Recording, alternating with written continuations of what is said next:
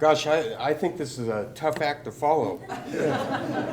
Does anybody else want to come up and say some comments? Because I don't know if I want to follow Kelly. Thanks, Kelly. That was excellent. A couple of things that were mentioned today that I want to touch upon and explain what we're doing at the Powell R&E Center to provide that unity of purpose, connect with people of the state. We'll come out with what we have initiated about 1 year ago. I charged the center and a group of people to develop a strategic plan with the understanding that the university would be embarking upon another round of its academic planning. And what my intention was to have all of the centers develop their strategic plan so that we could feed that into where we want to head as the experiment station. And in order to do that, I felt that it was important to build one of those ships, and this was a relationship, and get some of the input from the folks that are on our advisory board. So what I did is I charged a group of people, many of you were in the room, that included the advisory board members, Brian Dyke, who asked a question back there earlier, Stan Jones, I saw him around here earlier today, Peter Kikowski, Dustin Reuter, I don't know if I've seen him. If he's in the audience, wave your hand. Richard Rice, can't remember if I've seen him here today. Kelly Spearing, all were part of the group that helped provide some ideas on what we might be able to do to make ourselves relevant, President Buchanan. From the center, it included Axel Garcia, Dr. Garcia, Mike Killen, our farm manager, Kathy Parsons, and then from seed certification, Mike Moore, being present across the road. This is a time where we need to have that unity of purpose. We are all in it together. We're all part of one group. And that's kind of what we're trying to build up here. Powell R&E Center is home to not just the Powell R&E Center, but we have seed certification, we have the seed lab. And we all have a common purpose. The research that is conducted here works on developing new varieties that may eventually become releases that then will be handled by seed certification. The seed certification needs to test those by the seed lab to make sure that they can be sold. It just completes a circle. And along those lines, the seed lab director will, Gil Wabel, is he here? Yeah, there you are. Gil was part of that group that helped provide the input into that, as well as our extension educator, Sandy Frost. I know Sandy was around here. I've seen her. She's hiding back there, ducking low below Andy Rose. They also were part of providing input into that. We had an initial framework that was developed by that group that was brought to the advisory board in January for additional comment by the rest of the advisory board. And everybody agreed that pretty much all of the information that was combined together from all of those folks that I mentioned was useful information. So then I asked Gary Moss, who was mentioned earlier, to work with Abdel to put that in a framework that is very similar to other R&E Center plans so that they're very consistent. They have done that. They have done that, and we talked about that a little bit before the president arrived, that we will be rolling that out fairly soon with everybody's ability to provide input one more time. This is something that should be coming from the advisory board, so it's going to go through that body again. What I need to mention is regarding the strategic plan, one of the things that first came up, and it was discussed again today, was the name for the center. And a lot of it revolves around the acronym. Our current acronym is the Powell R&E Center, PREC. Well, and for many of us like myself that don't enunciate properly, there's a negative connotation to PREC. And so, one of the alternatives that was brought up was the UW Research and Extension Center at Powell, RECAP, recap. Well, as Mike Moore duly pointed out, recap reminds me of what you do to an old tire that is worn out. You put a recap on it. We're not worn out. As the president just mentioned, we're making improvements. We're advancing. So maybe that one's not the best one. So let's look at another possibility. The Center for Agricultural Research at Powell, CARP. That's a trash fist. That's probably not going to work. Not to mention the fact that we left out some other things. So let's reevaluate. Center for Research in Agriculture at Powell, CRAP. Oh crap, that's not going to work. So again, we left out extension in that one. So go back to the drawing board. Center for Research and Extension in Agriculture at Powell, CREAP. That's probably not going to work either. So what about the Center for University Research and Development? Oh, crud. We're back to crap. The Powell Agricultural Research Center, it sounds like a good one. Park. Well, it is in Park County, and a lot of the discussion has been, that this is in Powell, but often people think that it's just Powell's because it has Powell in the name, but it's really the basin, not only the Big Horn Basin, but the Wind River Basin's Research Center. And so this group continues to discuss that and tries to come up with other names. Well, the one that I just mentioned, Park, would be great, but we left out extension.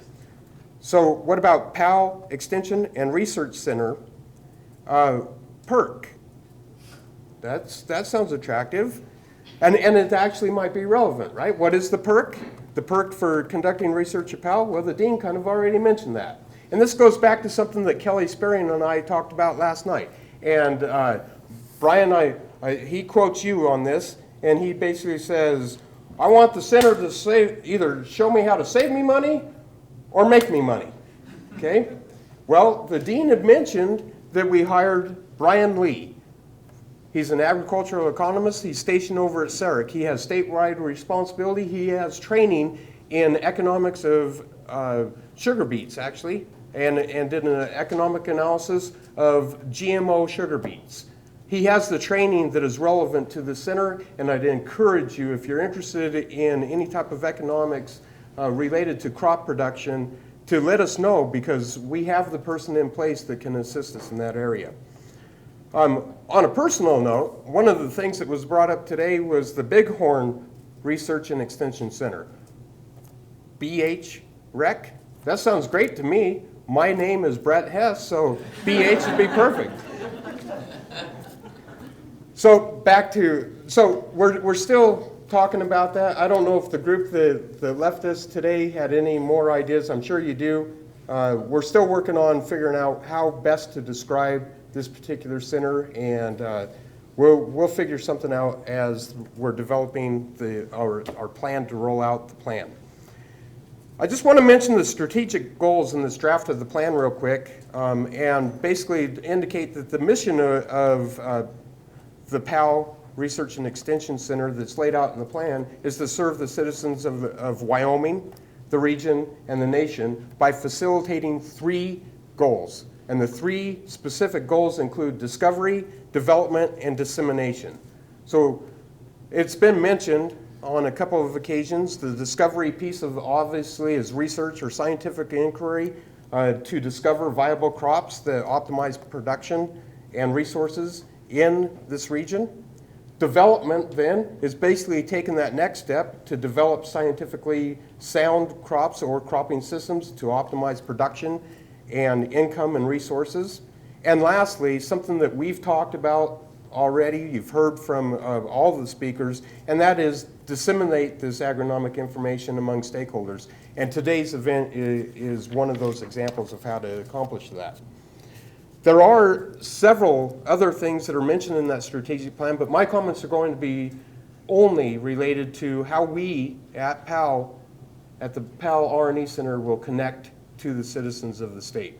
And there's actually 4 action plans that were laid out in that strategic plan that I think are relevant to us gathering input and acting upon your recommendations.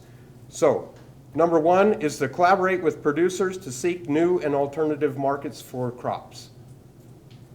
Number two, develop on-farm irrigation management and scheduling to improve crop production and enhance water efficiency.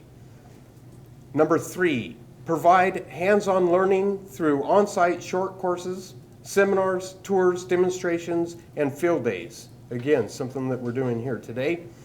Number four is to provide access in a variety of venues, many of which we discussed as an advisory board before we began the program today, that would include electronic means, scientific publications, extension bulletins, etc., on how to get that information out to the people and make that information, those data, available for meta-analyses that can then lead to further developments.